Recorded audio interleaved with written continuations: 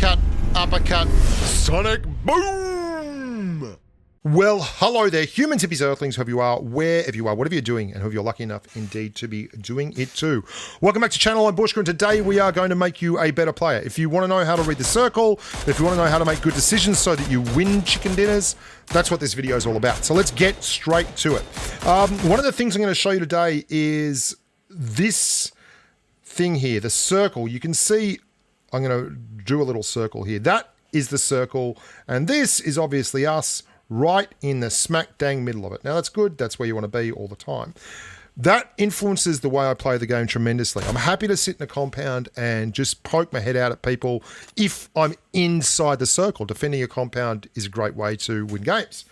But I like to be very proactive in the way that I approach my circle and the way that I leverage opportunities into wins. Now, can I just also point something out here? It's so easy when you look back at this. Like, look at this dude down here.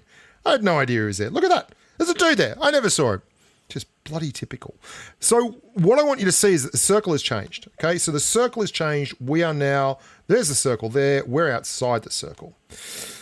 What that means is that we're going to have to get inside the circle. But as you might have noticed, there is a squad up here. There's a bloke just there, and there's also going to be a hit marker that pops just behind us.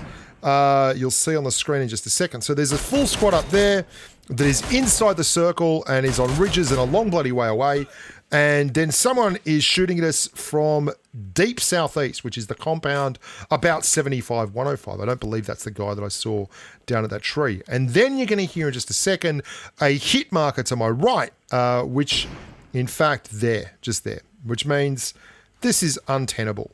So what we have at the moment is a minute 23 left on the clock, and I'm already pulling the pin on this compound. We have people up here, we have people up the hill there, and we have people in the compound all the way over there. What we don't have is a clear view of the circle and where we want to be. I've played the game for a long time now, and I have very, very solid ideas on the area we're in. This compound up here is very popular, but there is a road and it goes right around there, and then you can turn hard left and go up the hill, and it should be clear because it's under the guns from that compound. We know there's at least 3 different squads around us. Let's say they're averaging about 3 each. That's 9 plus us, that's 11. So there's probably 2 squads somewhere up the mountain. The reason I think they're up the mountain, and this is important if we go to slow-mo here, is because if they were over the other edge of this ridgeline, whoever was in the compound up here would have clear shots at them, and they would probably be hitting them already, right? So I want to take a look at that circle. I'm thinking there are too many squads. There is too much open ground. At some point, I'm going to need to try and win this game. And the best way to win this game is to own the circle. So what I want you to think of is, I've done this before. That's the circle there. I'm going to turn the outside of the circle into blue. That's the bad place. If I can get my squad up the top here to this part of the circle, I can then have to worry about absolutely nothing apart from the guys coming at us from over here. All the way around the back is going to be in the blue zone and nice and safe. So I'm going to bust my ass to get up there, get through all these squads, do it at pace. I'm going 128 kilometers an hour. We're going to go past the squad here. So that's 4 squads we know are involved right now. And I am just going to go to the place that I think is the best spot on the map right now. Right here next to this bloke, where Jian Bi Bong already was. Voila. Let's have a look at the circle now. If we expose this, make it a little bit bigger, and you can see that the circle is now in a beautiful configuration. So you've got your blue, and then you've got the circle itself, which is like this. And we know that there's no one in this line here because we can see it. All we have to worry about now is everything outside of our safe little rock area, which is at the top. And that is why it's really, really important to know when the time to make a move has come.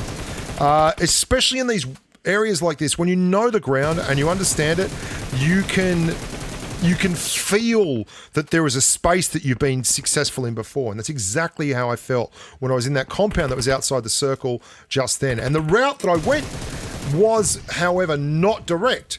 Now, the reason it wasn't direct was because if I'd gone the direct route, I would have gone through a whole bunch of squads and got absolutely minced. As it was, the route that we went meant that we took a little bit longer to get there, but we were far less likely to be dealing with multiple squads at once. And as it was, we never had to deal with more than one squad that didn't get a good look at us regardless. So here we are, we're on top. Might I also point out that Mr. Ouija is using a weapon called the M24, right? And I am using a weapon called the Mini 14. Excellent. Those two guns go very well together. The M24 is an excellent gun for getting a body shot off, and then the Mini 14 only has to tap it out a couple of times, and it does absolutely gorgeous work. So if you can get a couple of taps in, that's great. Now, remember how I talked about getting into the right part of the circle? I would like to get a little bit further down here and own it, but I am having severe doubts. There is a squad over there. If they are not taking fire... Okay. PUBG Mobile is like maths. If you've got a guy here, okay, and he's not dead when he's on a wide open hillside like that from fire coming in from that direction, and there's 14 people left alive, and Mr. Ouija's just knocked a guy up here, then I'm thinking that there's probably at least 3 people in that vicinity around here. Plus us, that's 5, which means we're missing 9, and none of them are going to be over here because that guy should be dead if that was the case. So I've got a couple of squads that were down below that were shooting at us earlier, and in my head I'm tracking all of this, and I'm thinking there's either 3 people over there, or that's 2 different squads. So we've either got a focus on 9, or there could be as many as 12. Voila, there's another bloke over here. Now, we just went passive, and just as well we did. I pulled back from there because I thought that is not a good place to be. And as I pulled back, Mr. Ouija has taken a hot hit from some bloke that's rolled up the back here. Now, if you're wondering why I'm playing a little bit soft, it's because, you know, if I rush that guy right now, he might kill me. If I put a gren over there, push him back, make him think that there could be a bad day at the office if he comes up here. He doesn't know how many people there are here. Then I get Azza up first. And then I just go and hold him off for a little bit longer because this is, to be honest, I don't know if he's a single. I don't know if he's a squad. There he is. I'm not going to take any real chances until Ouija is absolutely back. And when Azza's back, hey, baby, that's great. We'll push the hell out of it now. Azza's here, going to let that gren go, and then we're just going to push this bloke and see how we go. That was 2 squads down to our left, okay? That's the maths. You can hear that they are still fighting. So the guy I knocked was actually in a different squad to the guy that Azza knocked. So there's 2 squads there, 1 guy in front of us, that's 3. There's probably a squad down on our right still coming up the mountain. That guy's a solo. So here we go. Important. Big gunfight going on over here. 2 different squads. So let's say 3 each, 6, and us, that's 8. There's probably 2 or 3 people down the hill here still. Now, if you know anything about this, you'll know that the hill goes right down like that, and there's a big ridge line that runs along the top of it here. What I'm going to do is take us down to the right here, a little bit further to the southwest, and then get an angle on anyone coming up this hill, because there was a squad at the compound originally when we were back down here. Oh, there he is. That's the squad that's won that. Get a nice tap out on Parvit Jang. Good on you, Aussie. Come on, Aussie. Come on, Parvit, you big dog. And, yeah, so 9 left, 2 of us, 7, probably 2 squads. It could be a 3v2, v2, v4, who knows. But I want to check out the squad that was all the way down here because there's not been any noise from this direction for a long time, and I want to make sure that they're not coming up underneath us. I want to make sure that if I go in here, I'm going to be going in on the edge of the circle, and I won't have to face anything but a... Oh, hello, there they are. There they are. I'll tap that bad boy out. Etaba goes down as well. So that's 2, that's 3, that's 4. All the time, we are doing the numbers in our heads. This has to be the last squad. If this guy's a knock, this guy has to be the last kill. So there's 3 over there, 2 here. that feels to me like the squad is up there. So Azra and I are both looking for targets here. And there you go. That's what we were talking about before. A couple of taps with the Mini 14 and then a big hit from Mr. Ouija with the M24. It's a beautiful combo. Mini and an M24 works together really, really well, particularly if you focus targets. That's something we don't talk enough about. But Ouija and I have been playing for a long time together in various games. One of those games is World of Tanks Blitz. And in that, you will play as a platoon, a two-man platoon, and you will focus fire on targets. Focus firing is extremely efficient to take out targets. Now, that guy's moving to the left. So originally, I thought there might be another guy down to the right. But if he's moving to the left, that's probably where the rest of the squad is. And we are focus firing, we're calling targets, and we're going for the same shots, which means that it's far easier for us to clear a target. Oh, whoa, whoa, whoa, whoa. There we go. Parvit, Jan goes down again. 2 knocks. There's 1 bloke left. We've got to get him. 1 bloke left. Mr. Ouija kills the knock. There's only 1 guy up there with Parvit, and he's pushed. He's actually pushed. Big move there from Joy Lat. Really surprising.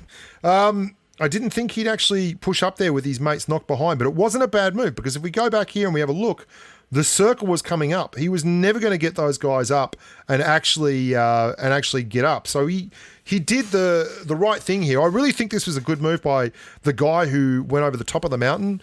He just got screwed because there was 2 of us and only 1 of him. So he was actually looking at the last hit marker, which was Mr. Ouija's M24, and which was up the hill here to my left, instead of looking down at me, who was just tapping away with the Mini 14. And you can see, if we look back at the circle, right here, the circle, we were in the middle of it and we had been working that circle ever since. You can see a little car up the top. We went up there and used that to be very, very successful, holding all our angles. Now, I hope that helps you. This is the way you've got to play. You've got to think things through. You've got to use the numbers. You've got to look at the locations. You've got to hold it all in your head like it's a playing field and you're watching it develop in your mind. And then you can just kind of put yourself forward and make a little bit of hay with it. Now, of course, you're going to come across people who are just better than you sometimes and can just shoot better than you, and you're going to come second. But I like playing the thinking man's game a lot more than I do just charging in. You've got to come together with those 2 things at the same time. TPP has a lot of the passivity in it for me, where people just let the game develop and they don't have to do anything. They rely on the circle's random kindness to reward them by letting them see over walls without taking any damage. FPP for me is far more tactical because you have to make constant guesses as to locations and movements and move blind. So if you guess wrong, you don't find out until, basically you're in the middle of the field getting your pants dropped and you're spanked. Look after yourselves, boys and girls, and until next time, stay safe on the battlefield. Bye for now.